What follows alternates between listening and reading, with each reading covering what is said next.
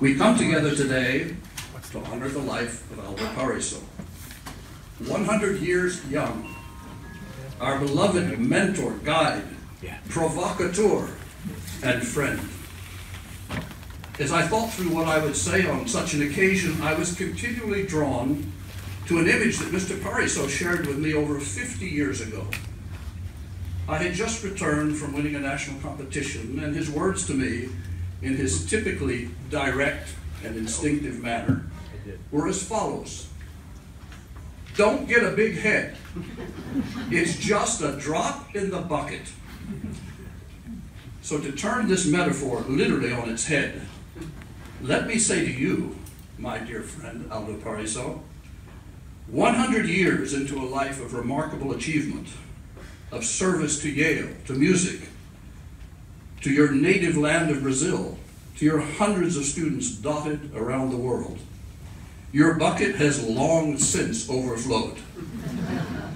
And oh my, are we not, all of us gathered in this room, and countless others who were unable to be here, the beneficiaries of the abundance of knowledge, insight, generosity, and love that you unwaveringly have bestowed upon us through the years, drop by drop. Consider the words of Confucius.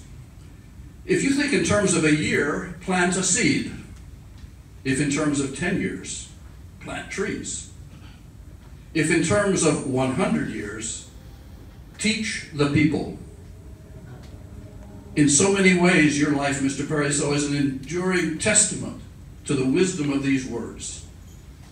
The fruits of your labor, of your planting, are in evidence behind every smiling face in this room, and by extension behind numerous other smiling faces in musical circles the world over.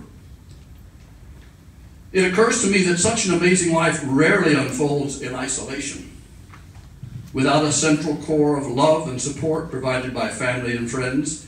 You, Mr. Parisot, have been blessed to have at your side for more than 50 years. Let's see if I have the right. The loving, strong, and principled partner in music and in life, and our beloved friend and colleague, Elizabeth.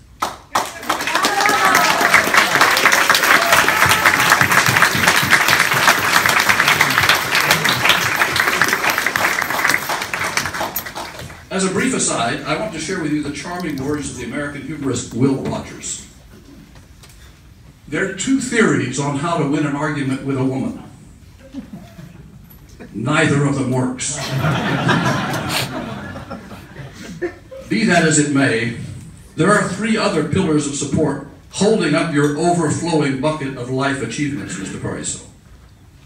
Your three sons, who I have known since they were children, and who have gone on to have remarkable lives and creative careers of their own, Dean, Bobby, and Ricky, are here with us today, proudly observing on the one hand the outpouring of affection for their father, but in a more profound sense, leading us all in a chorus of praise for your extraordinary life. When I consider, Mr. Parisot, the impact you've had on my own life and thinking, and I know I speak for so many others who were fortunate to have studied with you, the most abiding lesson with the most far-reaching consequences is surely to have the confidence and the courage to be yourself. What an empowering sense of freedom and creative energy emerges from this seemingly simple but often elusive understanding. This call to such a fundamental core belief was certainly not intended as a license to be intellectually lazy. On the contrary, it was meant to be, and remains forever, a challenge to explore, to give adequate time and emotional space for curiosity, to look deeply within ourselves to find our true voice. Theodore Roosevelt, the U.S. president from 1901 to 1909, said it well.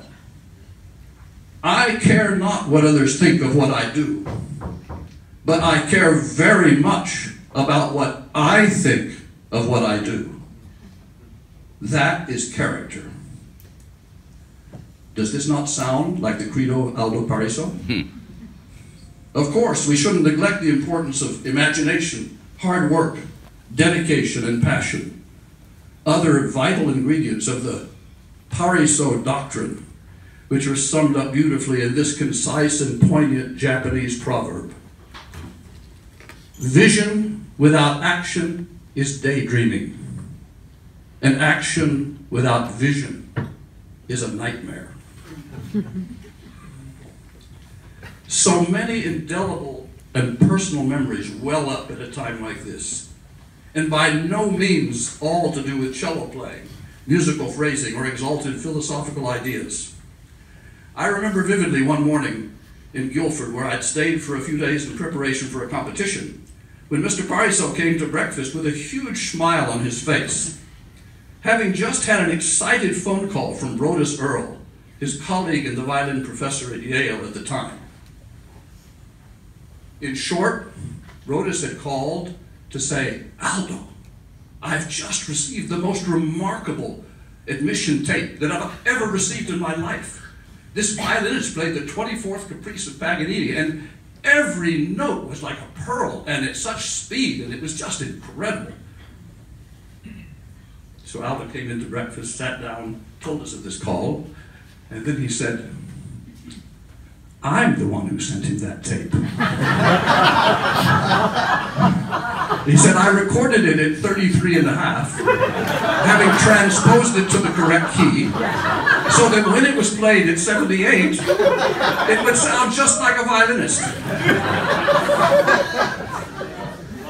That impish look in his eye that we all have seen so many times, I'll never forget it. It was just incredible.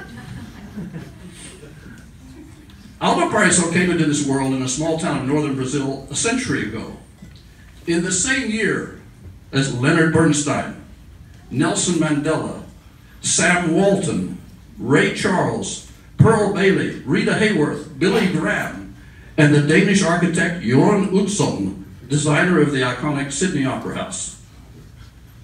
These were all individuals of consequence, character, and courage, who defied the odds and who, through innate talent and persistent hard work, made an indelible mark on the world.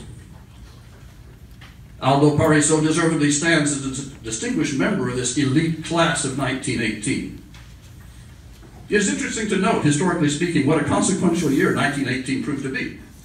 Significant events included the signing on November 11th of the armistice, ending World War I, Austria becoming a republic and Iceland becoming a sovereign state, a flu epidemic that killed over 20 million people worldwide, the premiere of Igor Stravinsky's L'Histoire de Soldat, the first exhibition of works by the great Spanish painter Joan Miró, a stylistic predecessor to the eminent Brazilian painter Aldo Parisot.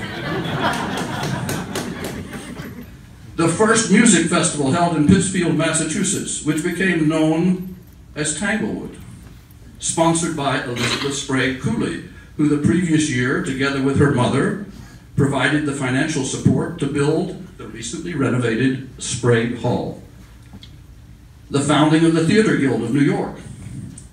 The burning of installments of James Joyce's Ulysses by the U.S. Post Office. The creation of Warner Brothers. The founding of the Cleveland Orchestra and the Los Angeles Philharmonic. The creation of time zones, aren't we so happy about that, and daylight saving time even more so, by the U.S. Congress. The first airmail delivery, Chicago to New York, with a flying time of 10 hours and 5 minutes. How the world has changed in the past 100 years, in ways that would surely have seemed inconceivable to the young Aldo Parisot and his peers in the class of 1918. But human nature and human values, even in these turbulent times, have not changed. Loyalty, decency, integrity, kindness, and generosity, together with a healthy dose of fire and acerbic wit, qualities Mr. Parisot has given meaning to in his interactions with each of us, are as important today as they were 100 years ago. I am reminded of the famous line of Oscar Wilde, from his play Lady Windermere's Fan, in which Lord Darlington, pining after the idealized beauty and perfection of the unattainable Lady Windermere, remarks, "We are all in the gutter, but some of us are looking at the stars." You have spent your life, Aldo Parisot, looking at the stars, seeking the best and often the unattainable, with a passion and appreciation for life that is truly infectious. You have encouraged us all to follow your example, and in turn to pass on your legacy from generation to generation. In the process, you have enriched our lives beyond measure. There is nothing left to be said except this: we love you. We respect and admire you. We salute you on your 100th birthday. And we seize this opportunity to say, individually and collectively, thank you.